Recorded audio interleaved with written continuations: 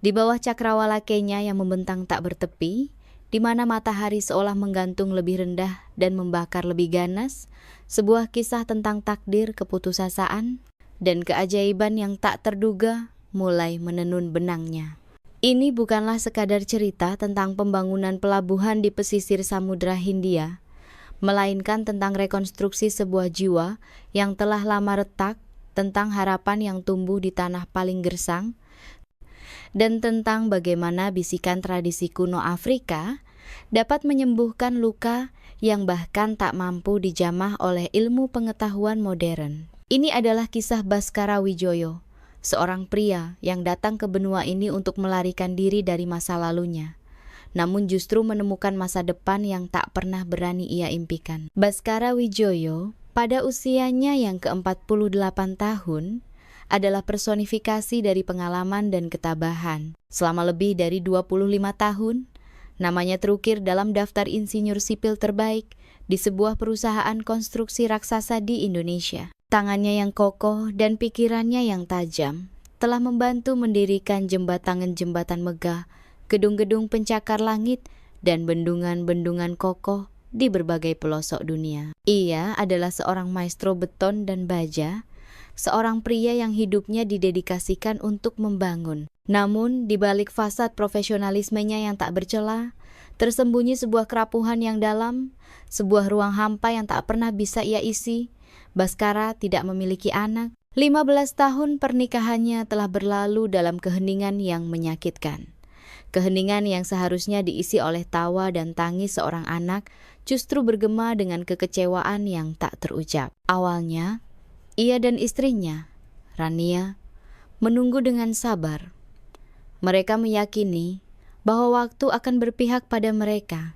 Tahun-tahun berlalu, kesabaran menipis, dan senyuman perlahan memudar dari wajah Rania, digantikan oleh gurat-gurat kecemasan.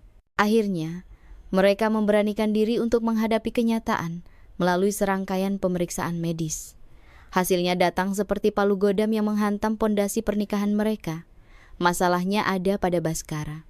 Diagnosis dokter terasa dingin, dan menusuk jumlah spermanya sangat rendah, dan mobilitasnya pun jauh di bawah ambang normal. Karena kamu, Mas, karena kamu kita jadi seperti ini, ucapan Rania suatu malam yang diiringi isak tangis tertahan, menjadi awal dari keretakan yang semakin membesar. Hari demi hari, Rania menjadi lebih sensitif, lebih mudah tersinggung. Di rumah, tekanan terasa dari segala penjuru. Keluarga besar Baskara dalam kebisuan mereka seolah menyalahkan Rania karena tidak mampu memberikan keturunan. Sebaliknya keluarga Rania memeluk putri mereka dengan iba, memandangnya sebagai korban dari takdir yang kejam. Dinding di antara Baskara dan Rania tumbuh semakin tinggi dan tebal, hingga mereka menjadi dua orang asing yang tinggal di bawah satu atap. Maafkan aku, Rania. Sungguh, aku minta maaf. Hanya itu yang bisa diucapkan Baskara berulang kali, seperti sebuah mantra yang telah kehilangan kekuatannya. Mereka mencoba segalanya, dari rumah sakit ternama di Jakarta hingga Singapura, dari terapi hormonal yang menyakitkan, hingga pengobatan alternatif yang direkomendasikan teman. Ramuan herbal, suplemen impor, ritual doa semua telah mereka coba. Namun, tidak ada yang berubah. Harapan yang dulu menyala terang, kini hanya tersisa bara api yang nyaris padam. Hingga pada suatu sore yang mendung, Rania pulang dengan sebuah amplop coklat di tangannya. Surat gugatan cerai. Baskara menatap dokumen itu tanpa perlawanan. Dengan tangan yang sedikit gemetar, ia membubuhkan tanda tangannya.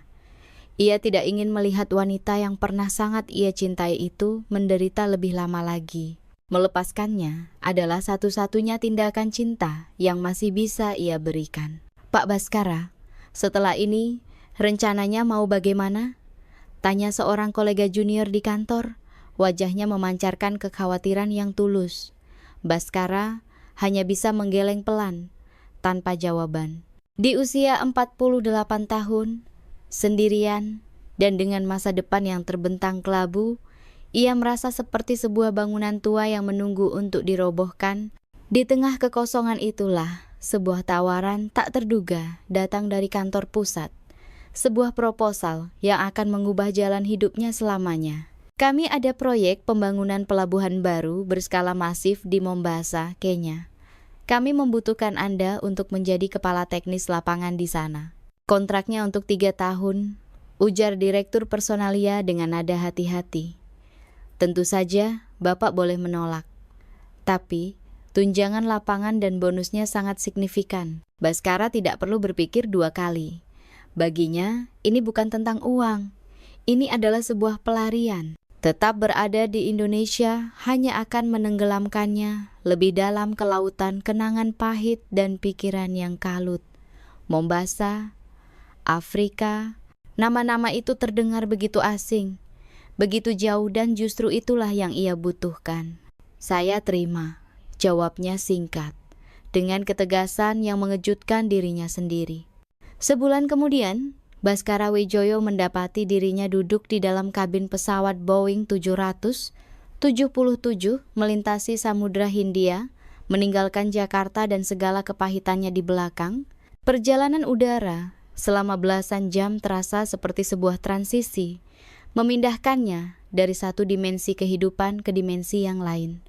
Afrika, benua yang selama ini hanya ia lihat di layar televisi, kini terhampar di bawahnya, menanti kedatangannya dengan misteri yang tak terjamah. Bandara Internasional Moi di Mombasa menyambutnya dengan embusan udara yang tebal, lembab, dan syarat dengan aroma yang asing campuran antara garam laut, rempah-rempah eksotis, dan wangi tanah basah setelah hujan. Pemandangan di luar bandara jauh dari apa yang ia bayangkan.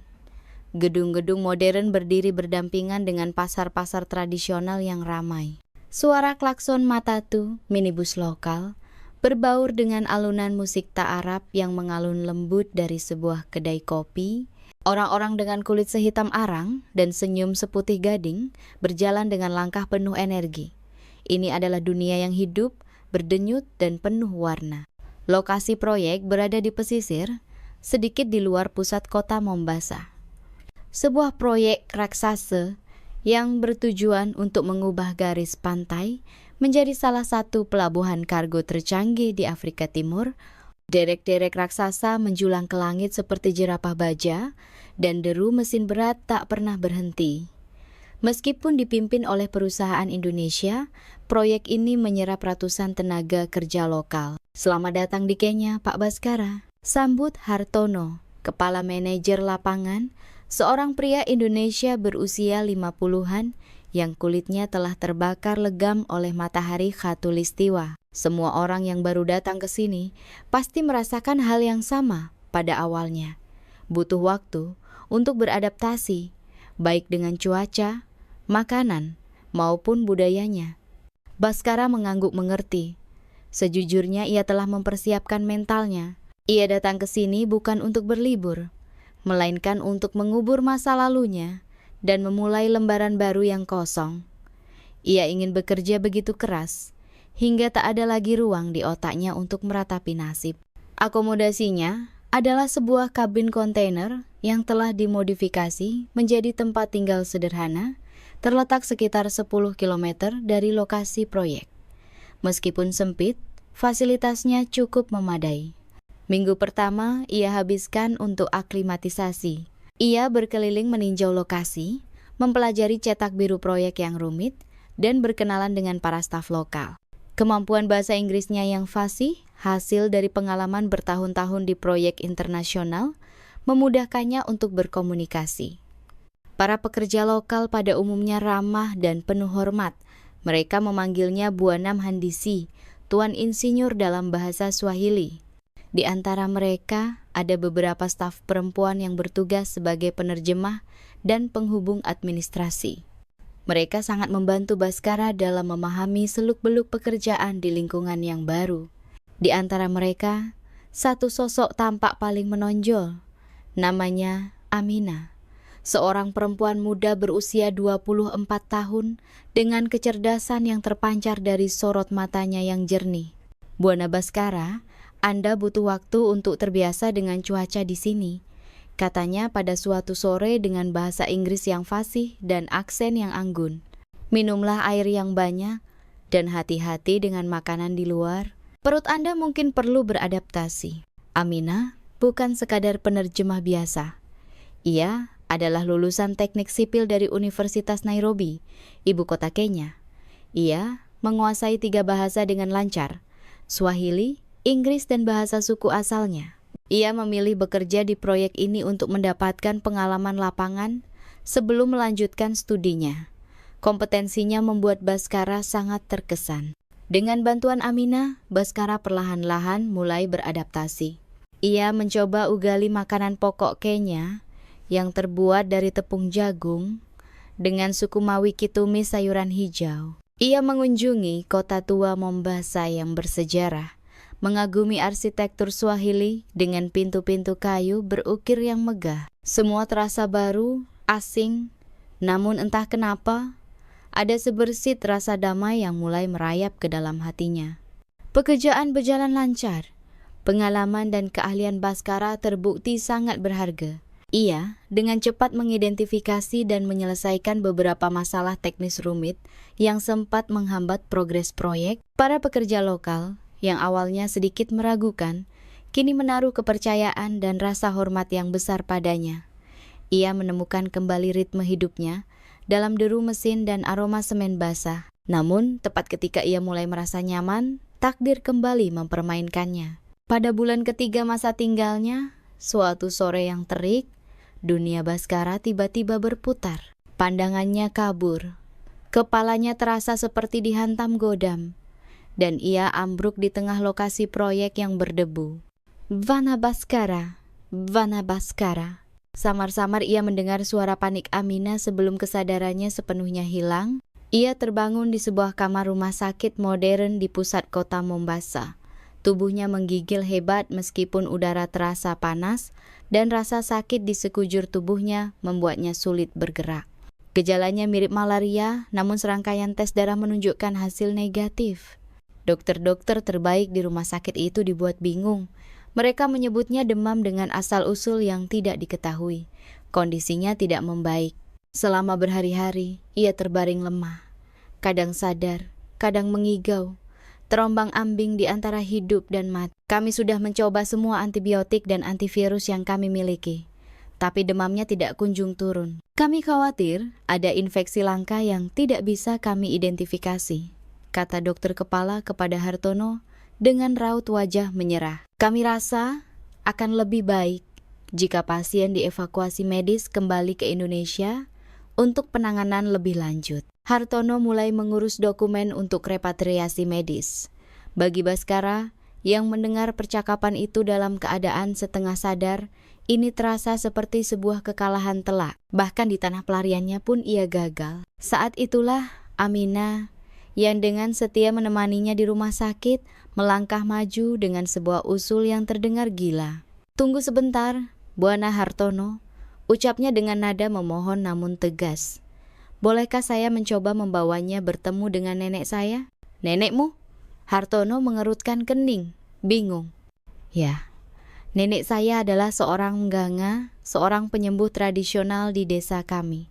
Beliau telah mewarisi ilmu pengobatan kuno dari leluhur kami. Beliau sudah sering menyembuhkan penyakit-penyakit aneh seperti ini, yang bahkan tidak bisa ditangani oleh dokter. Hartono tampak ragu. Pengobatan tradisional?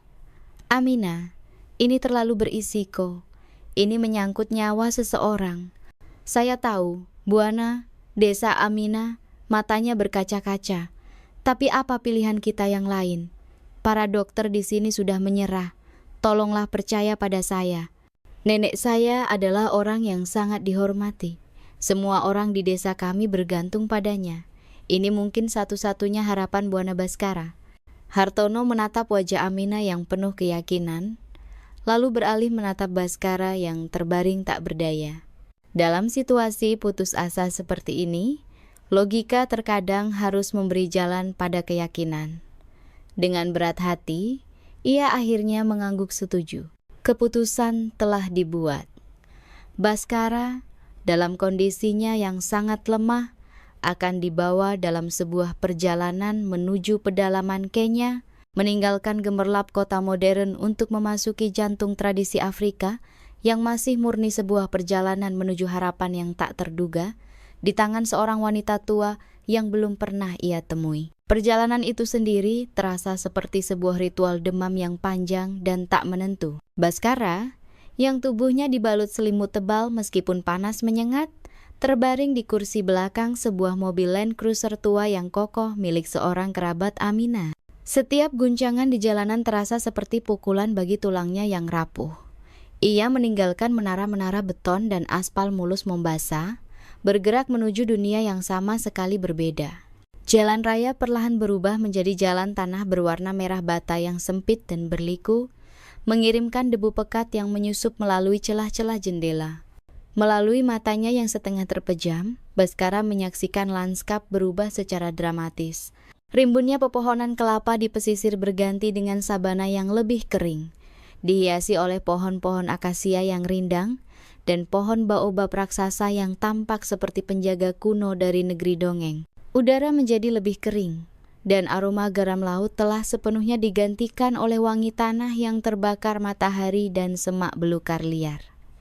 Perjalanan yang seharusnya hanya beberapa jam terasa seperti melintasi zaman. Ia merasa seperti sedang dibawa mundur, menjauhi dunia modern yang telah gagal menyembuhkannya, menuju sebuah harapan purba yang terasa mustahil. Dalam benaknya, ia terus bertanya, apa yang kulakukan? Menyerahkan hidupku pada sesuatu yang tidak kumengerti? Namun, kelemahan yang melumpuhkan tubuhnya tidak memberinya pilihan selain pasrah.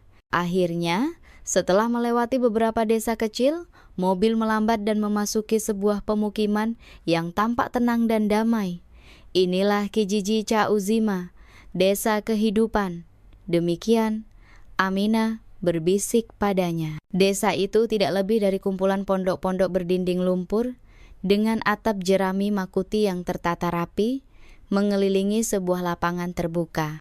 Di tengah lapangan itu, berdiri sebuah pohon mangga raksasa, yang dahannya menaungi beberapa orang tua yang sedang duduk berbincang.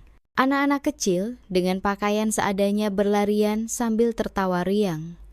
Dan beberapa ekor kambing merumput dengan tenang di antara pondok-pondok. Aroma asap kayu bakar dan masakan yang sedang dimasak menguar di udara, menciptakan suasana yang hangat dan bersahaja. Mobil berhenti di depan sebuah pondok yang sedikit lebih besar dari yang lain. Di halamannya, berbagai jenis tanaman herbal tumbuh subur di dalam pot-pot tanah liat, dan beberapa ikat daun, serta akar-akaran tergantung di beranda, sedang dijemur di bawah sinar matahari. Saat Baskara, yang dipapa oleh Aminah dan seorang pria desa, melangkah masuk, seorang wanita tua keluar dari dalam pondok. Itulah Fatimah.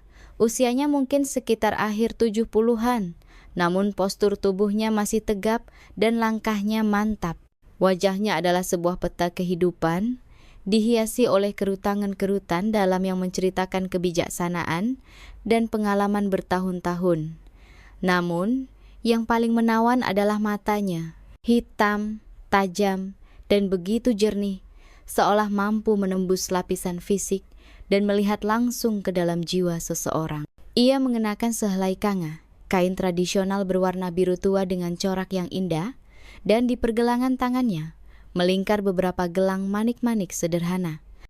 Seluruh desa terdiam sejenak saat ia muncul, sebuah tanda penghormatan yang tak terucap. Tanpa banyak bicara, Fatimah memberi isyarat agar Baskara dibaringkan di atas sebuah ranjang kayu, beralaskan tikar anyaman, di dalam pondoknya yang remang-remang, namun sejuk. Ia mendekat, dan udara di sekelilingnya terasa syarat dengan aroma campuran tanah, daun-daunan kering, dan sesuatu yang mistis, sesuatu yang kuno. Ia meletakkan telapak tangannya yang kering, namun hangat di dahi Baskara, kemudian di dadanya, dan di perutnya. Ia tidak menggunakan stetoskop atau alat medis apapun. Ia hanya diam, memejamkan mata, seolah sedang mendengarkan bisikan dari tubuh Baskara. Setelah beberapa saat yang terasa begitu panjang, Fatimah membuka matanya dan berbicara dalam bahasa sukunya yang terdengar seperti alunan musik ritmis. Aminah, yang berdiri di sampingnya dengan raut wajah tegang, segera menerjemahkan. Nenek berkata, racun yang sangat kuat telah menumpuk di dalam tubuhmu selama bertahun-tahun. Bisik Aminah, suaranya bergetar. Bukan racun dari makanan atau gigitan serangga. Ini adalah racun dari kesedihan yang mendalam, dari kekecewaan, dan dari semangat yang telah lama layu. Racun ini telah menyumbat aliran kehidupan di dalam dirimu dan mengundang penyakit ini masuk. Baskara tertegun. Diagnosis itu lebih terasa seperti pembacaan jiwa daripada analisis medis. Namun entah kenapa, setiap katanya terasa benar dan menusuk langsung ke inti penderitaannya. Nenek akan membantumu, lanjut Aminah. Tapi kau harus percaya. Kau harus menyerahkan dirimu sepenuhnya pada kekuatan alam yang akan menyembuhkanmu. Dan dimulailah ritual penyembuhan itu. Tidak ada pil atau suntikan. Pengobatan Fatimah adalah sebuah simfoni dari alam. 3 kali sehari ia membawakan Baskara secangkir ramuan pekat berwarna gelap yang rasanya luar biasa pahit. Ini adalah rebusan dari akar pohon muarubaini dan daun-daun pembersih lainnya. Jelas Aminah. Rasanya memang mengerikan, tapi ini akan menarik keluar semua kotoran dari darahmu. Setiap pagi, Fatimah mengoleskan semacam tapal hangat yang terbuat dari tumbukan daun-daun beraroma tajam ke dada dan punggung Baskara. Dan setiap sore, saat matahari mulai condong ke barat, ritual puncaknya dilaksanakan. Di belakang pondok, 2 orang pemuda desa telah menyiapkan sebuah bak mandi besar dari tanah liat yang diisi dengan air hangat. Fatimah kemudian memasukkan berbagai macam daun, bunga, dan kulit kayu ke dalam air itu sambil menggumamkan doa-doa kuno. Baskara, yang masih terlalu lemah untuk berdiri sendiri, akan dipapah dan direndam di dalam air herbal yang harum itu. Saat air hangat menyentuh kulitnya, ia merasakan sensasi yang aneh seperti ada sesuatu yang ditarik keluar dari pori-porinya, meninggalkan rasa ringan yang belum pernah ia rasakan sebelumnya. Ajaibnya, pada hari ketiga, sesuatu yang luar biasa terjadi. Demam tinggi yang telah menyiksanya selama berminggu-minggu tiba-tiba pecah. Keringat dingin membanjiri seluruh tubuhnya, dan untuk pertama kalinya setelah sekian lama, ia bisa merasakan kesejukan saat angin sore berembus.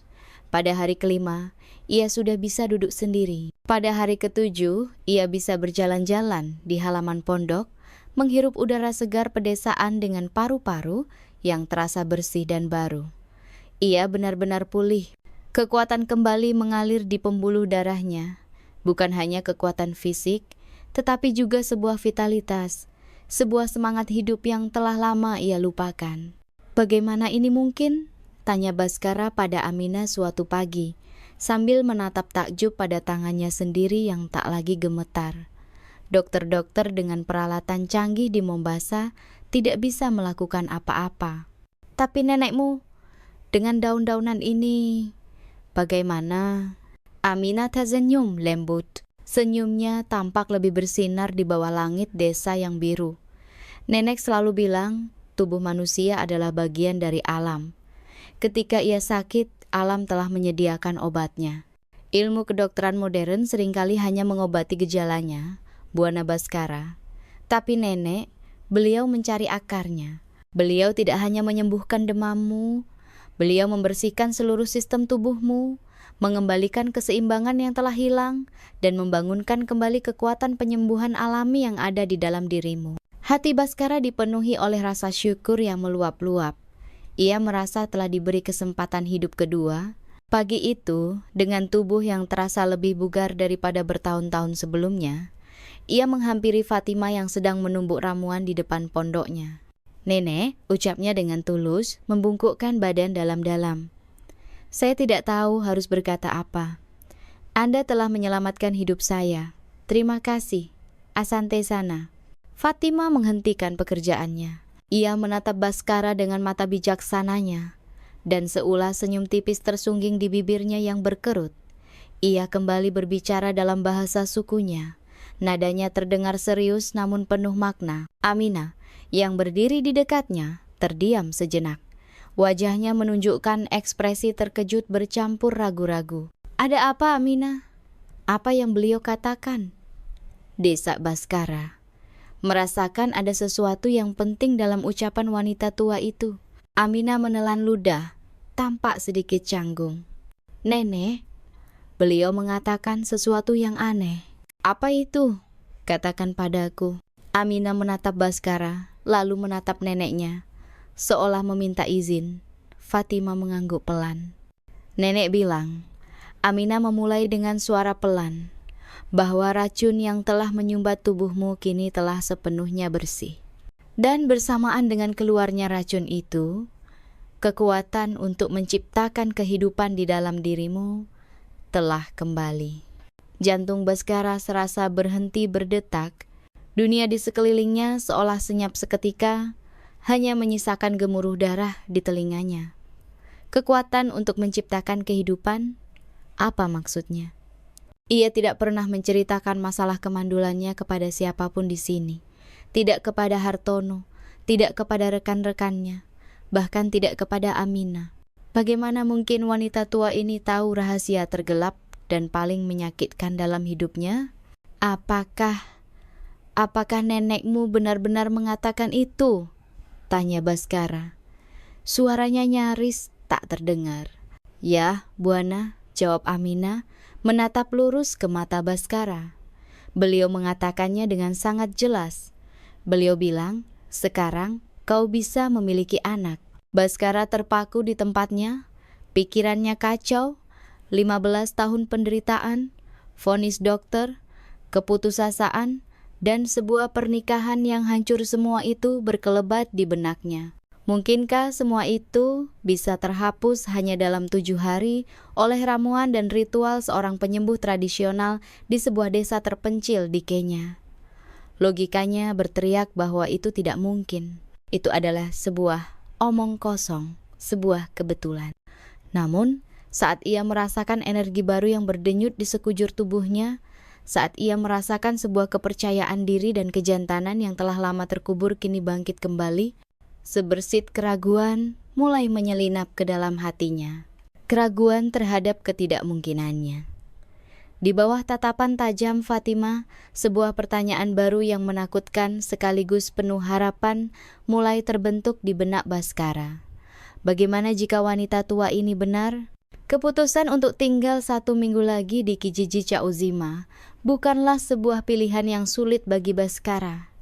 Meskipun tubuhnya telah pulih secara fisik, jiwanya masih dalam proses penyembuhan. Ia merasa ada sesuatu di desa itu, sesuatu dalam udaranya yang bersih, dalam senyum tulus penduduknya, dalam irama kehidupan yang berjalan selaras dengan terbit dan terbenamnya matahari yang memberinya nutrisi lebih dari sekadar ramuan herbal nenek Fatimah. Di sini, di jantung pedalaman Kenya, ia merasa lebih hidup daripada yang pernah ia rasakan selama bertahun-tahun di tengah hiruk-pikuk kota. Hari-harinya kini memiliki ritme yang baru. Pagi hari ia habiskan untuk berjalan-jalan pelan di sekitar desa, membiarkan paru-parunya terisi penuh oleh udara segar dan matanya dimanjakan oleh pemandangan perbukitan hijau yang membentang di kejauhan. Ia mulai mengenali wajah-wajah dan nama-nama. Ada Kak Elo, pria tua yang selalu duduk di bawah pohon mangga sambil mengukir patung-patung kayu yang indah. Ada para wanita yang berjalan bersama menuju sungai di pagi hari dengan ember di kepala mereka. Tawa mereka terdengar seperti musik. Dan ada anak-anak kecil yang selalu berlari menyambutnya dengan teriakan riang, "Jambo, Buana Mhandisi, halo Tuan Insinyur." Selama masa pemulihan inilah, Baskara mulai mengenal lebih dekat 2 wanita lain yang juga merupakan bagian tak terpisahkan dari lingkaran kehidupan Aminah. Mereka adalah sahabat karib sejak kecil, 3 serangkai yang tumbuh bersama di desa itu. Yang pertama adalah Imani, seorang gadis berusia 21 tahun dengan aura ketenangan yang luar biasa. Berbeda dengan Aminah yang cerdas dan analitis, Imani adalah perwujudan dari kelembutan dan kesabaran. Tubuhnya ramping, gerak-geriknya anggun, dan senyumnya selalu tampak malu-malu, namun mampu meneduhkan hati siapa saja yang melihatnya. Imani adalah guru satu-satunya di sekolah darurat desa, sebuah bangunan sederhana berdinding bata lumpur dengan beberapa papan tulis usang. Setiap pagi, Baskara akan melihatnya duduk di bawah pohon mangga raksasa, dikelilingi oleh lebih dari 20 anak-anak dengan usia yang berbeda-beda. Dengan suara yang lembut dan penuh kasih, ia mengajari mereka membaca, menulis, dan berhitung. Ia memiliki bakat istimewa untuk membuat anak-anak yang paling nakal sekalipun bisa duduk tenang dan mendengarkan. Yang kedua adalah Maryam, berusia 29 tahun, dan ia adalah kebalikan dari Imani. Maryam adalah api, energik, blak-blakan, dan penuh semangat hidup. Tawanya renyah dan menular, dan langkahnya selalu cepat seolah ia sedang mengejar sesuatu. Ia adalah motor penggerak koperasi pertanian desa. Dengan kecerdasan praktisnya, ia mengelola jadwal tanam, mengatur distribusi hasil panen jagung dan kacang-kacangan, dan bernegosiasi dengan para tengkulak yang datang dari kota. Ia tidak segan-segan berdebat sengit untuk memastikan para petani di desanya mendapatkan harga terbaik. Ia adalah seorang pemimpin alami, seorang wanita kuat yang dihormati oleh para pria sekalipun. Ketiga wanita ini, Aminah yang terpelajar dan bijaksana, Imani yang lembut dan penyayang, serta Maryam yang bersemangat dan tangguh membentuk pilar bagi generasi muda di desa itu. Namun, Baskara mulai menyadari sebuah keanehan. Ketiganya, yang begitu cantik, cakap, dan berada di puncak usia mereka, masih lajang. Suatu sore, saat sedang membantu Maryam menimbang karung-karung jagung, Baskara memberanikan diri untuk bertanya. "Maryam, jika aku boleh bertanya," ujarnya hati-hati. "Desa ini tampak begitu hidup. Tapi sepertinya aku tidak melihat banyak pemuda seusia kalian." Maryam berhenti sejenak, mengelap keringat di dahinya dengan punggung tangan, lalu tertawa kecil, tawa yang sedikit getir. "Laki-laki muda di sini, mereka seperti burung, Buana Baskara. Begitu sayap mereka cukup kuat, mereka akan terbang ke Nairobi, ke Mombasa. Bahkan ada yang nekat menyeberang lautan untuk bekerja di Dubai.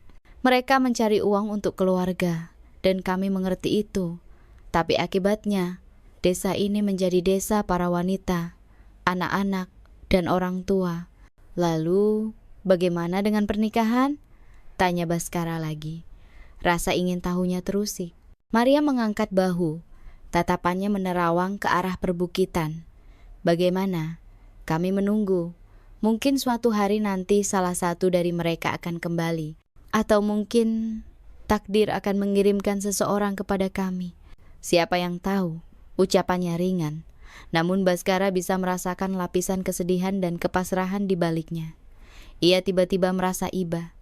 Tiga wanita yang begitu luar biasa terjebak dalam situasi demografis yang tidak menguntungkan. Masa depan pribadi mereka seolah terhenti karena kondisi ekonomi. Rasa terima kasih yang mendalam pada desa itu, ditambah dengan pemahaman baru akan masalah yang mereka hadapi, mendorong Baskara untuk melakukan sesuatu. Ia tidak bisa hanya duduk dan menerima kebaikan mereka. Ia adalah seorang insinyur, dan tangannya gatal untuk membangun, untuk memperbaiki. Proyek pertamanya adalah pompa air di pusat desa. Pompa tangan itu sudah tua dan sering macet, memaksa para wanita untuk berjalan lebih jauh ke sungai. Dengan peralatan seadanya yang ia pinjam, Baskara membongkar pompa itu. Ia menemukan beberapa segel karet telah getas dan pistonnya berkarat. Ia membuat sketsa suku cadang yang dibutuhkan. Dan pada kunjungan Hartono, manajer lapangannya, yang datang menjenguk, ia menitipkan daftar itu. Seminggu kemudian, dengan suku cadang baru, pompa itu berfungsi kembali dengan sempurna, mengalirkan air bersih dengan lebih deras dari sebelumnya. Sorak-sorai gembira dari para wanita desa adalah bayaran terindah baginya. Selanjutnya, ia mengalihkan perhatiannya ke sekolah tempat Imani mengajar. Dinding bata lumpurnya mulai retak di beberapa bagian. Baskara menunjukkan kepada beberapa pemuda desa cara membuat campuran tanah liat, pasir, dan sedikit semen yang ia minta dari lokasi proyek, menciptakan bahan yang jauh lebih kuat untuk menambal dan memperkuat dinding. Ia juga merancang sebuah atap seng sederhana untuk menggantikan sebagian atap jerami yang bocor saat hujan. Imani tidak banyak bicara, namun setiap hari ia akan membawakan Baskara segelas teh jahe hangat dan sepiring singkong rebus. Tatapan matanya yang penuh rasa, terima kasih berbicara lebih banyak daripada kata-kata. Melihat kemampuannya, Maryam pun tak mau ketinggalan. Ia menarik Baskara untuk melihat saluran irigasi sederhana yang mereka gali untuk mengairi ladang jagung. "Buana Insinyur," katanya dengan nada menantang yang jenaka, "otak pintarmu itu pasti bisa memikirkan cara agar air ini tidak terbuang sia-sia dan bisa menjangkau ladang di ujung sana." Paskora Tashienu. Ia menghabiskan 2 hari untuk mengukur kontur tanah dan merancang sebuah sistem parit yang lebih efisien dengan beberapa pintu air dari kayu. Para petani desa bekerja bersamanya dengan penuh semangat. Dalam proses membantu desa itulah, hubungan Baskara dengan ketiga wanita itu semakin dalam. Dengan Aminah, ia sering terlibat dalam percakapan panjang di sore hari, membahas segala hal dari teknik konstruksi modern hingga filosofi pengobatan kuno neneknya. Ia mengagumi kecerdasan dan wawasan Aminah yang luas. Dengan Imani, interaksinya lebih tenang dan hening.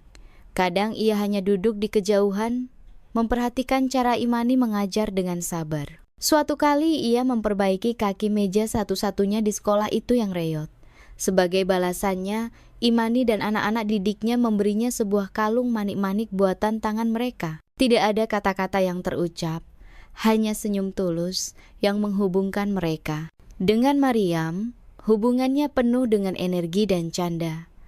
Mereka sering berdebat tentang cara terbaik untuk melakukan sesuatu, namun selalu dengan rasa saling menghormati. Maryam adalah orang yang membuatnya tertawa paling keras, menariknya keluar dari cangkang kesedihannya dengan semangat hidupnya yang meluap-luap. Waktu berlalu tanpa terasa, dan hari kepulangannya ke Mombasa pun tiba. Pagi itu, suasana terasa berbeda.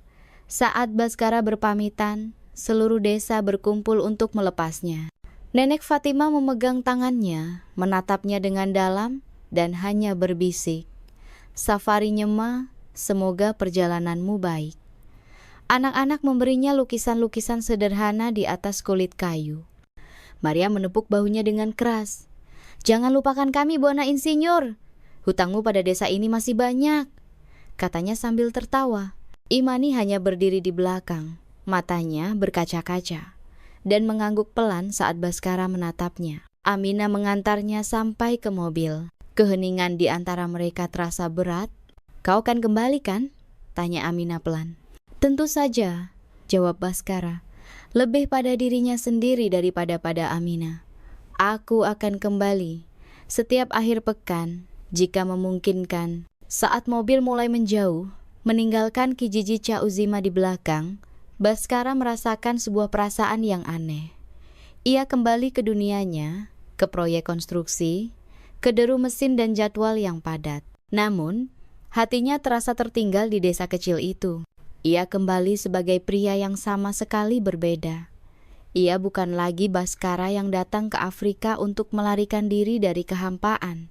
Ia kini adalah Baskara yang telah menemukan sebuah kehidupan, sebuah tujuan dan sebuah keluarga tak terduga di tempat yang paling tidak ia sangka. Dan bisikan nenek Fatimah tentang kekuatan untuk menciptakan kehidupan terus bergema di benaknya, bukan lagi sebagai sebuah keanehan, tetapi sebagai sebuah kemungkinan yang menggairahkan. Kembalinya Baskara ke lokasi proyek di Mombasa disambut dengan keheranan dan decak kagum. Rekan-rekannya yang terakhir kali melihatnya dalam kondisi lemah tak berdaya, kini mendapati seorang pria yang seolah terlahir kembali. Kulitnya yang dulu pucat kini sedikit lebih gelap dan sehat, langkahnya lebih tegap, dan yang paling mencolok adalah sorot matanya. Api semangat yang dulu nyaris padam kini menyala kembali dengan terang. "Pak Baskara, apa yang mereka berikan padamu di desa itu?" "Ramuan ajaib," goda Hartono, manajer lapangan, sambil menepuk punggungnya. "Hanya teh herbal spesial, Pak," jawab Baskara sambil tersenyum, memilih untuk menyimpan detail penyembuhan ajaibnya sebagai rahasia pribadi. Ia tahu kebanyakan orang tidak akan percaya, namun ia sendiri merasakan perubahannya hingga ke sel-sel tubuhnya. Vitalitas yang ia rasakan bukanlah sekadar euforia sesaat. Ada kekuatan baru yang menetap di dalam dirinya, sebuah energi maskulin yang telah lama ia lupakan, membangkitkan kepercayaan diri yang sempat hancur berkeping-keping. Pekerjaan di proyek kembali menyita waktunya. Ia terjun dengan energi 2 kali lipat, memecahkan masalah-masalah teknis dengan kecemerlangan yang membuat para insinyur muda berdecak kagum. Namun, pikirannya tidak pernah jauh dari Kijiji Chaozima. Setiap deru mesin seolah mengingatkannya pada keheningan sabana. Setiap gundukan pasir mengingatkannya pada jalan tanah merah menuju desa, dan setiap senja di pesisir mengingatkannya pada langit, jingga di atas pondok-pondok beratap jerami. Sesuai janjinya, setiap akhir pekan tiba, Baskara akan menyewa mobil dan menempuh perjalanan panjang menuju desa itu. Awalnya, ia beralasan kunjungannya adalah untuk mengucapkan terima kasih lebih lanjut kepada Nenek Fatima atau untuk memeriksa proyek-proyek kecil yang telah ia mulai. Namun, jauh di lubuk hatinya, ia tahu alasan sebenarnya.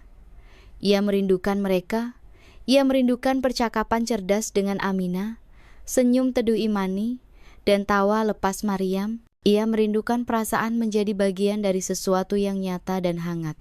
"Kau datang lagi," sambut Aminah setiap kali melihat mobil Baskara tiba. Senyumnya yang cerah selalu membuat jantung Baskara berdebar sedikit lebih kencang. Perasaan yang tumbuh di antara mereka semakin sulit untuk diabaikan. Ia bukan lagi sekadar buana mhandisi atau pasien yang perlu dirawat. Di mata Aminah, ia adalah seorang pria yang menarik, bijaksana, dan baik hati. Dan bagi Baskara, Aminah lebih dari sekadar penerjemah yang kompeten. Ia adalah seorang wanita muda yang mempesona, yang kecerdasannya sepadan dengan keanggunan hatinya. Kunjungan Baskara yang rutin kini menjadi bagian dari ritme kehidupan desa. Ia tidak lagi dianggap sebagai tamu. Ia adalah bagian dari keluarga. Ia akan membawa oleh-oleh dari kota gula, sabun, buku-buku cerita untuk anak-anak sekolah, atau benih sayuran varietas baru untuk koperasi Maryam. Sebagai balasannya, ia disambut dengan kehangatan yang tulus. Ia akan makan malam bersama keluarga Aminah, mendengarkan cerita-cerita Kak Elo, si pengukir kayu, dan kadang-kadang bermain sepak bola dengan anak-anak desa hingga napasnya tersengal-sengal. Seiring berjalannya waktu, perasaan di antara mereka mulai mengkristal, bukan hanya dengan Aminah. Suatu sore, saat Baskara sedang membantu Imani memperbaiki atap sekolah, Imani berbicara dengan suaranya yang lembut. "Buana Baskara, terima kasih untuk semuanya. Berkatmu, anak-anak tidak lagi kehujanan di dalam kelas. Desa kami menjadi tempat yang lebih baik karenamu." Tatapannya penuh dengan kekaguman yang tulus, sebuah emosi yang lebih dalam dari sekadar rasa terima kasih. Baskara bisa melihatnya di mata Imani yang bening sebuah afeksi yang murni dan dalam. Maryam dengan caranya yang lebih terus terang juga tidak menyembunyikan perasaannya. Suatu malam, setelah seharian bekerja keras memperbaiki saluran irigasi, mereka duduk berdua di tepi ladang, menatap bulan yang bersinar terang. "Kau tahu, Buana," kata Maryam sambil menyikut lengannya dengan jenaka, "para wanita tua di desa mulai bergosip tentangmu. Mereka bilang, arwah leluhur telah mengirim seorang pria dari seberang lautan untuk menjaga desa ini." Ia tertawa, namun kemudian tatapannya melembut. "Aku juga berpikir begitu. Aku menyukaimu, Buana Baskara. Aku suka caramu bekerja, caramu tertawa, dan caramu peduli pada kami semua." Baskara merasa bingung sekaligus tersentuh. Hatinya, yang telah lama menjadi tanah gersang, kini seolah sedang diairi oleh 3 sungai yang berbeda, masing-masing dengan alirannya yang unik. Pesona intelektual Aminah, kelembutan hati Imani, dan semangat hidup Maryam ketiganya telah menemukan jalan masuk ke dalam hatinya, mengisi ruang-ruang kosong yang berbeda. Ia menyayangi mereka semua dengan cara yang berbeda, namun sama tulusnya. Puncaknya terjadi pada suatu malam Sabtu, saat desa mengadakan sebuah perayaan kecil untuk menyambut hasil panen yang melimpah. Di bawah pohon mangga raksasa yang dihiasi lentera-lentera minyak, para penduduk desa berkumpul. Suara jenderang mulai ditabuh, menciptakan irama yang menghentak dan membangkitkan semangat. Para wanita mulai menari. Gerakan mereka energik dan penuh sukacita. "Ayo, Buana Mhandisi, menarilah bersama kami," seru Aminah sambil menarik tangan Baskara. Awalnya Baskara merasa canggung dan malu. Gerakannya kaku dibandingkan dengan kelenturan para penari lokal. Namun, melihat tawa lepas Aminah, Imani, dan Maryam yang menari di sekelilingnya, ia pun larut dalam kegembiraan itu.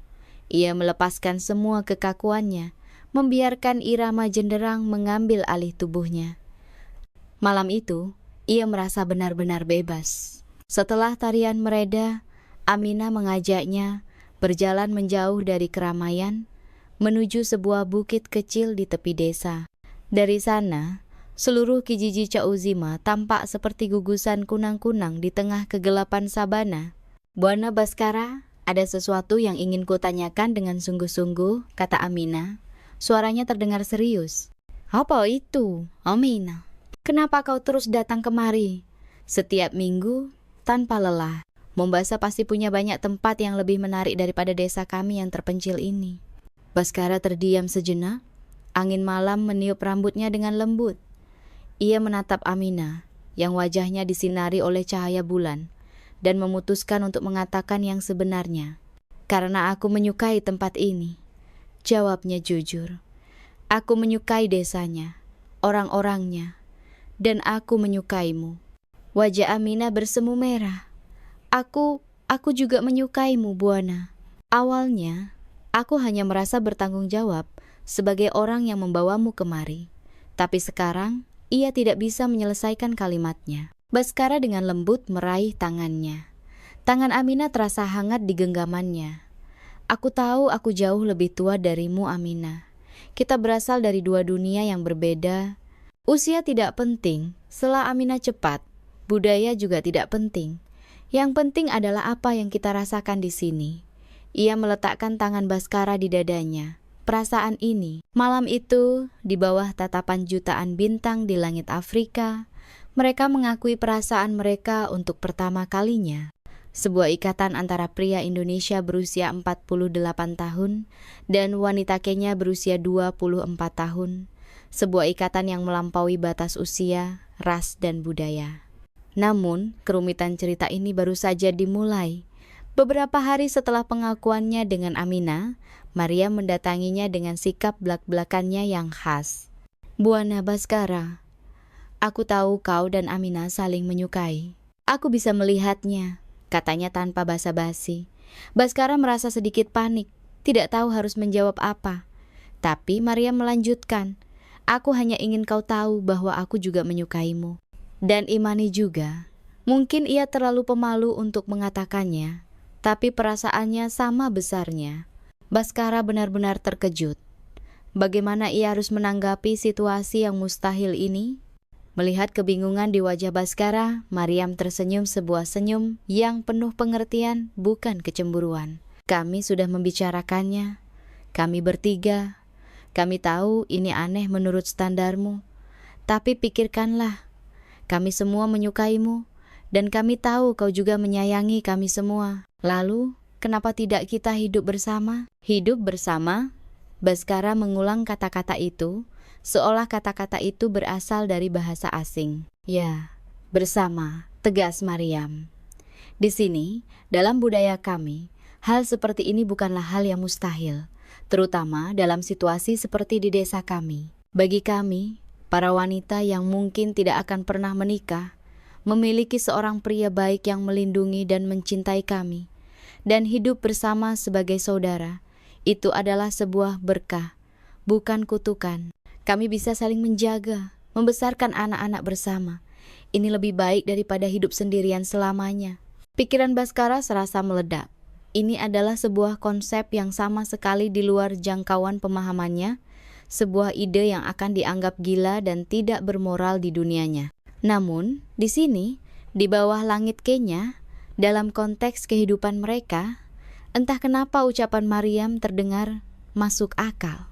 Malam itu, Baskara tidak bisa tidur. Ia berjalan sendirian di bawah langit berbintang, mencoba mencerna semua yang telah terjadi. Ia mencintai Aminah, ia mengagumi Imani, dan ia terpikat oleh Maryam. Ia menyayangi ketiganya dengan tulus. Ide untuk memilih satu dan meninggalkan yang lain terasa menyakitkan dan tidak adil. Di tengah kebingungannya, ia tahu hanya ada satu orang yang bisa memberinya petunjuk. Keesokan paginya, dengan hati yang gundah, ia berjalan menuju pondok Nenek Fatimah. Ia akan meminta nasihat dari sang matriark, sang penyembuh yang telah memulai semua ini. Pagi menjelang dengan kesejukan yang khas di dataran tinggi Kenya. Embun masih menempel di helai-helai daun dan udara terasa jernih, membawa aroma tanah basah dan asap kayu bakar. Baskara melangkah menuju pondok Nenek Fatimah dengan perasaan campur aduk antara cemas dan harapan.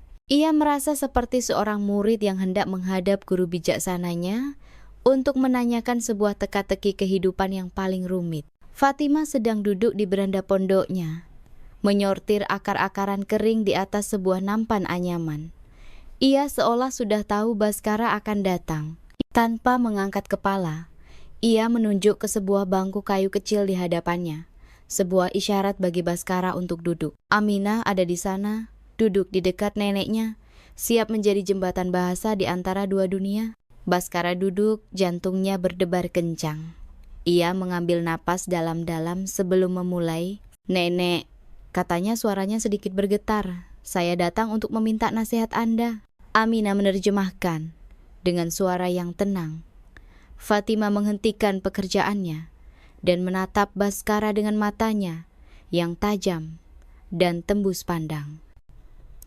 Dengan jujur dan terbuka, Baskara menceritakan segalanya. Ia menceritakan perasaannya yang tulus kepada Aminah, Imani, dan Maryam. Ia menceritakan kebingungannya, konflik antara nilai-nilai yang ia anut seumur hidupnya dengan kenyataan yang ia hadapi di desa itu. Ia juga menceritakan usulan gila dari Maryam untuk hidup bersama. Saat ia berbicara, ia merasa seperti sedang menelanjangi jiwanya di hadapan wanita tua itu. Setelah Baskara selesai, keheningan menyelimuti mereka. Selama beberapa saat, hanya suara desau angin yang menerpa dedaunan yang terdengar. Fatimah memejamkan matanya, seolah sedang berkonsultasi dengan sesuatu yang tak terlihat. Ketika ia akhirnya membuka mata dan mulai berbicara, suaranya terdengar dalam dan penuh wibawa. Aminah mendengarkan dengan saksama, lalu menoleh ke Baskara untuk menerjemahkan. Wajahnya menunjukkan ekspresi takjub. Nenek berkata, "Beliau sama sekali tidak terkejut," bisik Aminah. Beliau bilang, beliau sudah melihat ini semua akan terjadi. "Sudah melihatnya?" Baskara tidak mengerti. "Ya, sejak pertama kali kau dibawa ke desa ini dalam keadaan tak berdaya, beliau sudah tahu takdirmu terikat dengan tempat ini." Nenek berkata, "Kedatanganmu bukanlah sebuah kebetulan. Kau dikirim ke sini oleh arwah para leluhur. Dan cintamu kepada kami bertiga, itu juga bagian dari takdir yang telah digariskan." Baskara masih terpaku mencoba mencerna konsep takdir dan campur tangan leluhur yang begitu asing baginya. Aminah melanjutkan terjemahannya. Suaranya kini sedikit bergetar karena emosi.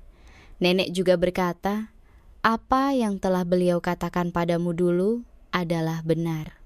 Tubuhmu kini telah disucikan dan siap untuk menciptakan kehidupan. Beliau memintamu untuk menerima takdir ini. Beliau memintamu untuk menjadi bagian dari keluarga kami dan menghadiahkan kehidupan baru bagi desa ini, kehidupan yang telah lama kami rindukan." Jantung Baskara berdegup kencang. Permintaan itu terdengar begitu agung dan berat. Bukan lagi sekadar masalah perasaan pribadi, melainkan sebuah tanggung jawab terhadap seluruh komunitas. Menghadiahkan kehidupan baru, mungkinkah ia yang divonis mandul benar-benar bisa melakukannya? Mungkinkah ia bisa menjadi ayah dari anak-anak Aminah, Imani, dan Maryam? Melihat keraguan di wajah Baskara, Fatimah berbicara lagi. Kali ini nadanya lebih lembut. Aminah tersenyum saat menerjemahkannya. "Nenek bilang, jangan pikirkan aturan dari duniamu yang jauh di sana. Di sini, di tanah ini, Yang terpenting adalah hati yang tulus, niat yang baik, dan kemauan untuk membangun keluarga yang kuat. Cinta yang kau miliki untuk kami bertiga adalah nyata, dan cinta kami untukmu juga nyata. Itulah satu-satunya hukum yang berlaku. Kata-kata itu seperti kunci yang membuka belenggu di dalam pikiran Baskara. Di sini, di Kijiji Ca Uzima, logika dan norma sosial yang ia kenal seolah tidak berlaku. Yang berlaku adalah hukum hati, hukum alam, dan hukum komunitas. Ia menatap Aminah, lalu membayangkan wajah Imani dan Maryam. Ia menyadari bahwa ia tidak bisa dan tidak mau memilih. Hatinya telah memberikan ruang untuk mereka bertiga. Menolak usulan mereka berarti menyakiti ketiganya, dan juga menyakiti dirinya sendiri. Dengan keyakinan yang perlahan tumbuh di dalam hatinya, Baskara menatap lurus ke mata Fatimah. "Tolong sampaikan pada nenek," katanya dengan suara mantap, "saya menerima takdir ini. Saya akan menjadi bagian dari desa ini dan keluarga ini. Dengan sepenuh hati saya." Senyum tulus akhirnya merekah di wajah tua Fatimah. Ia mengangguk perlahan, sebuah tanda restu yang agung. Seminggu kemudian, sebuah upacara istimewa digelar di desa itu. Ini bukanlah sebuah pernikahan seperti yang dikenal di dunia modern. Ini adalah sebuah ritual adat yang sakral, sebuah upacara untuk mengikat Baskara Wijoyo dengan 3 putri terbaik Kijiji Ca Uzima, dan sekaligus mengikatnya dengan seluruh komunitas. Seluruh penduduk desa berkumpul di lapangan terbuka saat senja mulai turun. Api unggun besar dinyalakan di tengah-tengah, cahayanya menari-nari di wajah-wajah yang penuh sukacita. Baskara, yang mengenakan kemeja linen baru yang dibelikan Maryam, berdiri dengan gugup di samping Aminah, Imani, dan Maryam.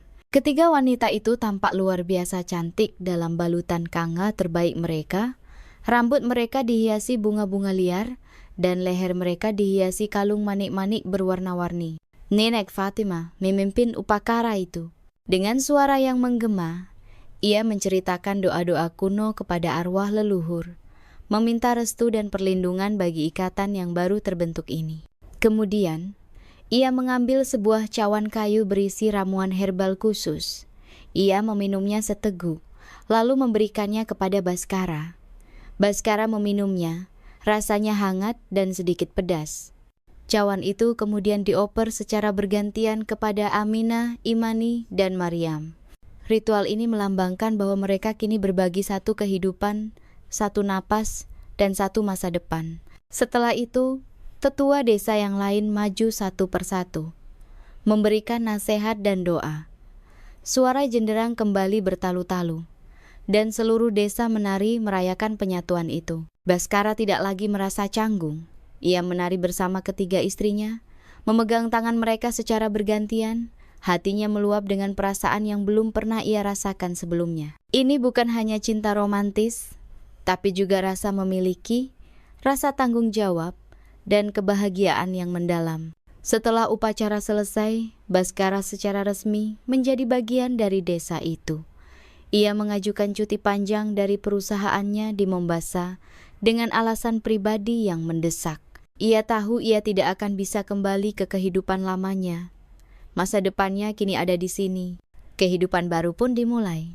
Baskara pindah ke sebuah pondok yang lebih besar, yang telah diperbaiki dan diperluas oleh para pria desa sebagai hadiah pernikahan. Awalnya, hidup bersama 3 wanita dengan kepribadian yang begitu berbeda, terasa canggung dan membutuhkan penyesuaian. Ada sedikit rasa malu, ada momen-momen kebingungan tentang bagaimana harus membagi waktu dan perhatian. Namun, kedewasaan dan kebijaksanaan ketiga wanita itu membuat semuanya berjalan lebih lancar dari yang dibayangkan. Mereka tidak melihat satu sama lain sebagai saingan. Sebaliknya, mereka bertindak seperti saudari sejati. Aminah dengan kecerdasannya mengatur urusan rumah tangga dan keuangan mereka. Imani dengan kelembutannya menciptakan suasana damai dan penuh kasih di rumah. Dan Maryam dengan semangatnya memastikan tidak pernah ada hari yang membosankan. Mereka saling membantu, saling mendukung, dan bersama-sama merawat Baskara dengan penuh cinta. Baskara sendiri memainkan perannya dengan sangat baik. Ia menjadi kepala keluarga yang bertanggung jawab. Pengalamannya sebagai insinyur, ia gunakan sepenuhnya untuk memajukan desa. Ia merancang sistem pengumpulan air hujan, membantu membangun lumbung komunal yang lebih baik, dan bahkan mengajarkan beberapa dasar pertukangan kepada para pemuda. 3 bulan berlalu dalam keharmonisan yang tak terduga. Kehidupan mereka telah menemukan ritmenya sendiri. Dan kemudian, suatu sore yang cerah, saat Baskara baru saja pulang dari ladang, sebuah keajaiban yang selama ini hanya berani ia impikan dalam bisikan, akhirnya datang mengetuk pintunya. Aminah menghampirinya, matanya berkaca-kaca. Senyum dan air mata bercampur di wajahnya. "Buana, suamiku," panggilnya dengan suara bergetar. "Ada kabar gembira." "Kabar apa, Aminah?" tanya Baskara. Hatinya tiba-tiba berdebar kencang. Aminah mengambil tangan Baskara dan meletakkannya dengan lembut di perutnya. Aku hamil." Dunia Baskara seolah berhenti berputar. Selama sepersekian detik, ia tidak bisa memproses kata-kata itu, hamil. Sebuah kata yang selama 15 tahun menjadi sumber penderitaannya, kini diucapkan dengan begitu indah. "Benarkah?" bisiknya, tidak percaya. "Ya, aku baru saja memeriksakannya ke bidan di desa tetangga. Ini benar-benar terjadi." Baskara tidak bisa menahan air matanya. Perasaan haru yang begitu dahsyat meledak di dalam dadanya. Ia menarik Aminah ke dalam pelukannya, memeluknya erat-erat. Air mata syukur mengalir deras di pipinya. Ia, Baskara Wijoyo, di usianya yang hampir setengah abad, di sebuah desa terpencil di Afrika, akan menjadi seorang ayah. Ramalan nenek Fatima, yang dulu terdengar seperti dongeng, kini telah menjadi kenyataan. Keajaiban itu nyata. Kabar kehamilan Aminah menyebar di Kijiji Cauzima secepat api yang merambat di padang sabana kering. Namun, bukan kepanikan atau gosip yang timbul, melainkan ledakan sukacita murni. Seluruh desa merayakannya seolah-olah anak yang dikandung Aminah adalah anak mereka semua. Para wanita tua akan datang membawakan ramuan-ramuan herbal khusus untuk menguatkan kandungan, sementara para pria akan memastikan Aminah tidak melakukan pekerjaan berat. Bagi desa yang telah lama merindukan tangisan bayi, berita ini adalah pertanda datangnya musim semi setelah musim kemarau yang panjang. Bagi Baskara, kenyataan ini masih terasa seperti mimpi. Setiap pagi, ia akan terbangun dan menatap Aminah yang tertidur di sampingnya. Lalu dengan lembut meletakkan tangannya di perut wanita itu yang mulai sedikit membuncit. Ia akan merasakan sebuah keajaiban yang tumbuh di sana. Sebuah kehidupan yang merupakan perpanjangan dari dirinya. Vonis 15 tahun yang menyakitkan itu kini terasa seperti kenangan dari kehidupan orang lain. Namun, takdir yang tampaknya sedang bermurah hati pada Baskara belum selesai memberikan kejutan-kejutannya. 1 bulan setelah kabar dari Aminah, giliran Imani yang mendekati Baskara dengan wajah bersemu merah dan mata yang berbinar-binar penuh kebahagiaan. Sifatnya yang pemalu membuatnya tidak bisa berbicara langsung. Ia hanya mengambil tangan Baskara dan, seperti yang dilakukan Aminah sebulan sebelumnya, meletakkannya di perutnya sendiri. Tidak perlu kata-kata, Baskara langsung mengerti. Ia menatap Imani dengan takjub, lalu tertawa terbahak-bahak sebuah tawa lega dan bahagia yang begitu lepas, yang menggema ke seluruh penjuru pondok mereka. Akan ada 2 anak yang datang ke dalam hidupnya. Dan seolah-olah surga ingin mencurahkan semua berkatnya sekaligus. 1 bulan setelah itu, Maryam dengan gayanya yang blak-blakan dan penuh semangat mengumumkan beritanya. "Baiklah suamiku," katanya sambil berkacak pinggang dengan ekspresi pura-pura jengkel. "Tampaknya aku tidak mau kalah dari saudari-saudariku ini. Kau juga akan menjadi ayah dari anakku." Baskara hanya bisa duduk terdiam, kepalanya menggeleng-geleng pelan dalam ketidakpercayaan mutlak. 3 orang istrinya, semuanya mengandung anaknya. Ini bukan lagi sekadar keajaiban. Ini adalah sesuatu yang melampaui logika. Sebuah mukjizat yang hanya bisa terjadi di tanah yang diberkati ini. Ramalan nenek Fatima tidak hanya menjadi kenyataan, tetapi terwujud dengan cara yang paling melimpah dan spektakuler. Nenekmu benar-benar seorang penyihir, bisik Baskara pada Aminah suatu malam saat mereka bertiga duduk bersama di beranda menatap langit yang penuh bintang. Aminah, Imani, dan Maryam hanya tersenyum. Mereka tahu itu bukanlah sihir, melainkan kekuatan alam dan tradisi yang telah terbukti selama berabad-abad. Tubuh Baskara yang telah dibersihkan dan dihidupkan kembali oleh ramuan-ramuan Fatima kini berfungsi sebagaimana mestinya, bahkan dengan kekuatan yang berlipat ganda. Nenek benar-benar luar biasa, kata Baskara suatu hari saat ia berkunjung untuk mengucapkan terima kasih yang kesekian kalinya kepada Fatima. Semua ini berkat Anda. Fatima yang sedang mengasuh salah satu cicitnya hanya tersenyum bijaksana. Melalui Aminah ia berkata, "Jangan berterima kasih padaku, berterima kasihlah pada alam, percayalah pada kekuatannya, maka keajaiban akan terjadi untukmu." Tugas merawat 3 wanita hamil sekaligus menjadi fokus utama kehidupan Baskara. Dan baginya, itu bukanlah sebuah beban, melainkan sebuah kehormatan dan kebahagiaan yang tak terkira. Ia menjadi suami dan calon ayah yang paling protektif dan perhatian. Ia memastikan mereka makan makanan yang paling bergizi ikan segar dari sungai, sayuran dari kebun, dan buah-buahan yang ia petik sendiri. Ia akan memijat kaki mereka yang bengkak di malam hari, dan menceritakan dongeng-dongeng dari negerinya, Indonesia, kepada perut-perut mereka yang semakin membesar. "Halo anak-anak ayah," bisiknya setiap malam, bergantian menempelkan telinganya di perut Aminah, Imani, dan Maryam. "Ayah tidak sabar bertemu dengan kalian. Cepatlah lahir ke dunia ini." Ikatan di antara ketiga wanita itu pun semakin kuat selama masa kehamilan mereka. Mereka saling menjaga, berbagi cerita tentang perubahan pada tubuh mereka, dan saling menguatkan saat ada yang merasa lelah atau cemas. Mereka benar-benar menjadi saudari dalam arti yang sesungguhnya, dipersatukan oleh cinta pada pria yang sama, dan kehidupan yang mereka kandung bersama. 8 bulan kemudian, saat musim hujan mulai membasahi tanah Uzima, pertanda kehidupan baru yang pertama pun tiba. Aminah, sebagai yang pertama mengandung, juga menjadi yang pertama melahirkan. Dengan bantuan nenek Fatima dan para wanita tua di desa, ia melahirkan seorang bayi laki-laki yang sehat dan tampan setelah perjuangan selama beberapa jam. Saat Baskara pertama kali menggendong putranya, dunia serasa berhenti. Bayi mungil itu membuka matanya yang hitam legam, menatap lurus ke arahnya. Pada saat itu, semua penderitaan masa lalu, semua rasa sakit dan kehampaan, lenyap tak berbekas. Yang tersisa hanyalah cinta yang murni dan meluap-luap. Air mata kembali membasahi pipinya, namun kali ini adalah air mata kebahagiaan yang paling puncak. "Siapa nama putra kita, suamiku?" tanya Aminah. Suaranya lemah namun penuh kebahagiaan. Baskara berpikir sejenak. Ia ingin sebuah nama yang menghubungkan dua dunianya. Bagaimana kalau Banyu? Usulnya, dalam bahasaku, Banyu artinya air, sumber kehidupan. Seperti desa ini bagiku. Aminah tersenyum dan mengangguk. Banyu Wijoyo, nama yang indah. 1 bulan kemudian, giliran Imani.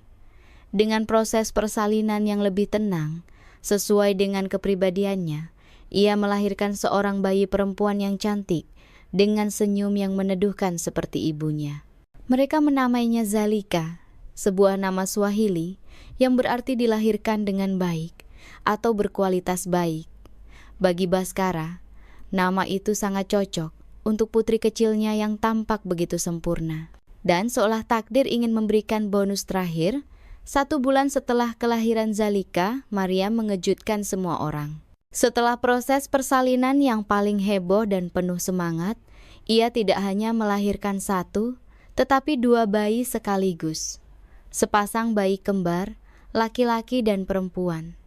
Seluruh desa bersorak gembira. Bayi laki-laki itu mereka namai Baraka, yang berarti berkah dalam bahasa Swahili, sebagai pengingat akan semua berkah yang telah mereka terima.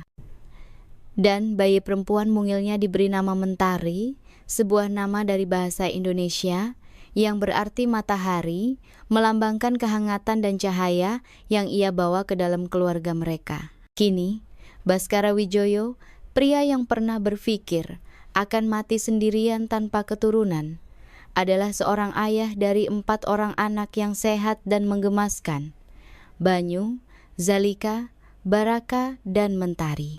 Di usianya yang ke-49, ia menemukan kebahagiaan yang tidak pernah berani ia bayangkan. Ini benar-benar seperti mimpi, gumam Baskara pada suatu sore, sambil duduk di beranda pondoknya.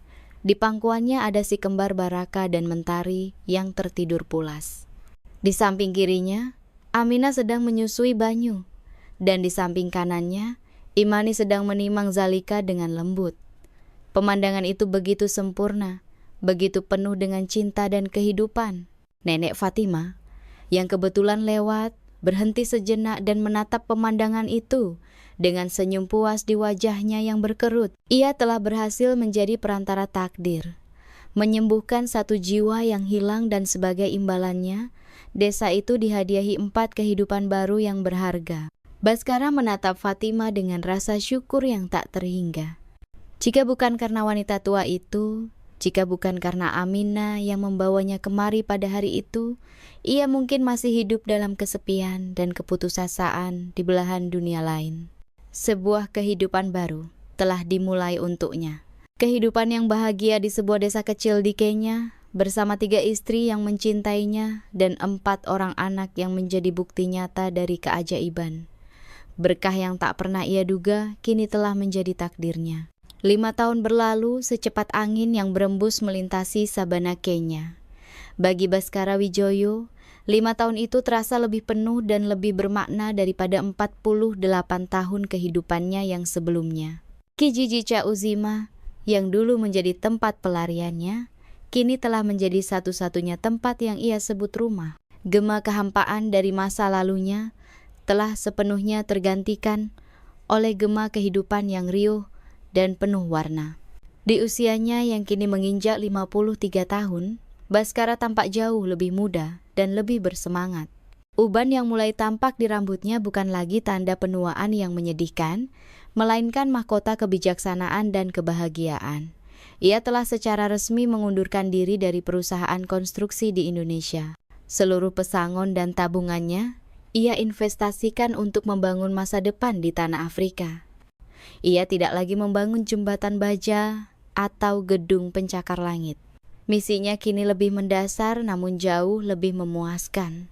Ia mendirikan sebuah perusahaan konstruksi kecil bernama Uzimam Genzi, pembangun kehidupan, yang berfokus pada proyek-proyek pembangunan infrastruktur di desa-desa sekitar.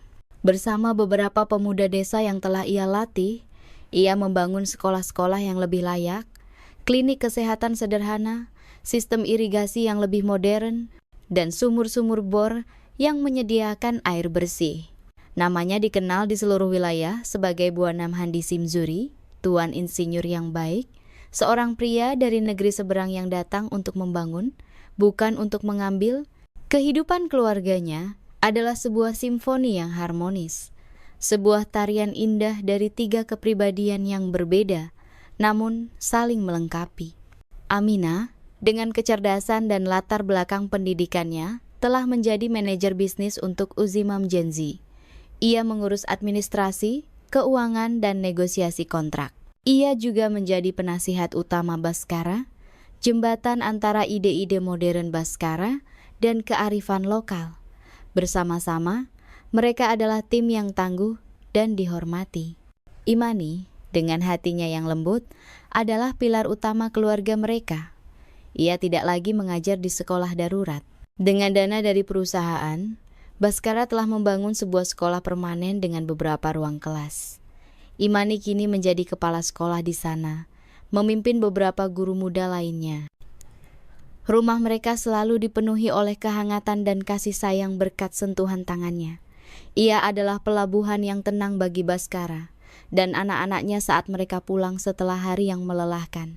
Maryam, dengan semangatnya yang tak pernah padam, telah berhasil mengembangkan koperasi pertanian desa menjadi sebuah unit usaha yang sukses. Ia tidak hanya mengelola hasil panen jagung dan kacang, tetapi juga memulai peternakan ayam dan perkebunan sayuran organik. Energinya yang meluap-luap menjadi sumber inspirasi bagi seluruh desa dan sumber tawa di dalam rumah mereka. Dan anak-anak mereka adalah jantung dari semua kebahagiaan itu. Banyu, putra sulung mereka, tumbuh menjadi anak laki-laki yang cerdas dan penuh rasa ingin tahu, persis seperti ibunya, Amina. Ia selalu mengikuti ayahnya ke lokasi proyek. Matanya berbinar-binar saat melihat cetak biru atau cara kerja sebuah mesin. Zalika, putri Imani, mewarisi kelembutan dan keanggunan ibunya. Ia mencintai bunga, binatang, dan sangat suka mendengarkan cerita. Ia sering terlihat duduk di pangkuan nenek Fatima, mendengarkan dongeng-dongeng kuno dengan penuh perhatian. Si kembar, Baraka dan Mentari, adalah perpaduan sempurna dari semangat Maryam dan ketenangan Baskara. Baraka adalah pemimpin kecil yang pemberani, selalu melindungi adiknya. Sementara Mentari adalah gadis kecil yang ceria, senyumnya mampu menerangi hari yang paling kelabu sekalipun. Rumah mereka selalu ramai. Suara tawa anak-anak, perdebatan seru antara Maryam dan Baskara tentang proyek baru. Percakapan mendalam antara Aminah dan Baskara tentang masa depan, dan nyanyian lembut Imani yang menidurkan si bungsu. Semuanya berpadu menjadi musik kehidupan yang indah. Pada suatu sore yang cerah, Baskara duduk di beranda pondoknya yang telah diperluas menjadi sebuah rumah yang nyaman. Ia memandang ke halaman. Tempat keempat anaknya sedang bermain kejar-kejaran di bawah pengawasan ketiga ibunya. Pemandangan itu begitu sempurna hingga terasa surreal. Ia teringat akan dirinya yang dulu seorang pria yang putus asa, yang menganggap dirinya gagal karena tidak bisa memiliki keturunan. Pria itu terasa begitu asing sekarang. Nenek Fatima, yang kini sudah sangat tua, namun masih memiliki sorot mata yang tajam, berjalan perlahan menghampirinya dan duduk di sampingnya. Mereka seringkali bisa duduk bersama dalam keheningan yang nyaman, tidak memerlukan kata-kata untuk berkomunikasi. Nenek, kata Baskara pelan dalam bahasa Swahili yang kini sudah cukup fasih ia kuasai. Dulu, di negeriku, aku pikir aku adalah pohon yang mati, yang tidak akan pernah bisa berbuah. Tapi di sini, aku merasa seperti hutan yang tumbuh. Fatima menoleh seulas senyum tipis tersungging di bibirnya.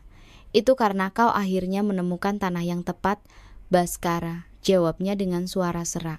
Sebuah benih yang bagus tidak akan tumbuh di tanah yang berbatu. Kau hanya perlu menemukan tanah yang subur, dan alam akan melakukan sisanya.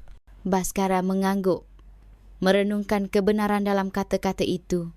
Ia telah meninggalkan tanahnya yang berbatu, tanah yang penuh dengan penghakiman dan ekspektasi, dan menemukan kesuburan di tempat yang paling tidak terduga. Di sini, di Kijiji Cauzima, ia tidak dihakimi karena masa lalunya, tetapi diterima karena siapa dirinya. Di sini, cinta tidak dibatasi oleh aturan-aturan kaku, tetapi dibiarkan tumbuh bebas seperti pohon baobab yang kokoh. Saat matahari mulai terbenam, mewarnai langit Kenya dengan gradasi warna oranye, ungu, dan merah muda, keempat anaknya berlari menghampirinya dan melompat ke pangkuannya. Amina, Imani, dan Maryam menyusul, duduk di sekelilingnya, membentuk lingkaran keluarga yang hangat. Baskara memeluk anak-anaknya, menghirup aroma rambut mereka, dan menatap wajah ketiga wanita yang telah memberinya segalanya. Ia tidak lagi merindukan Indonesia. Seluruh dunianya ada di sini, di beranda ini. Kisahnya, yang dimulai dengan keputusasaan di sebuah negara Asia, telah menemukan akhir yang bahagia di sebuah desa kecil di Afrika. Ini bukanlah akhir yang ia bayangkan, tetapi ini adalah akhir yang jauh lebih baik daripada yang pernah ia impikan. Sebuah akhir yang mengajarkannya bahwa terkadang kita harus kehilangan segalanya untuk menemukan apa yang benar-benar kita butuhkan, dan bahwa keajaiban itu ada, seringkali bersembunyi di tempat yang paling sederhana, menunggu untuk ditemukan oleh hati yang terbuka dan pasrah. Di bawah langit Kenya yang agung, di tengah gema kehidupan yang riuh, Baskara Wijoyo akhirnya menemukan jalan pulangnya.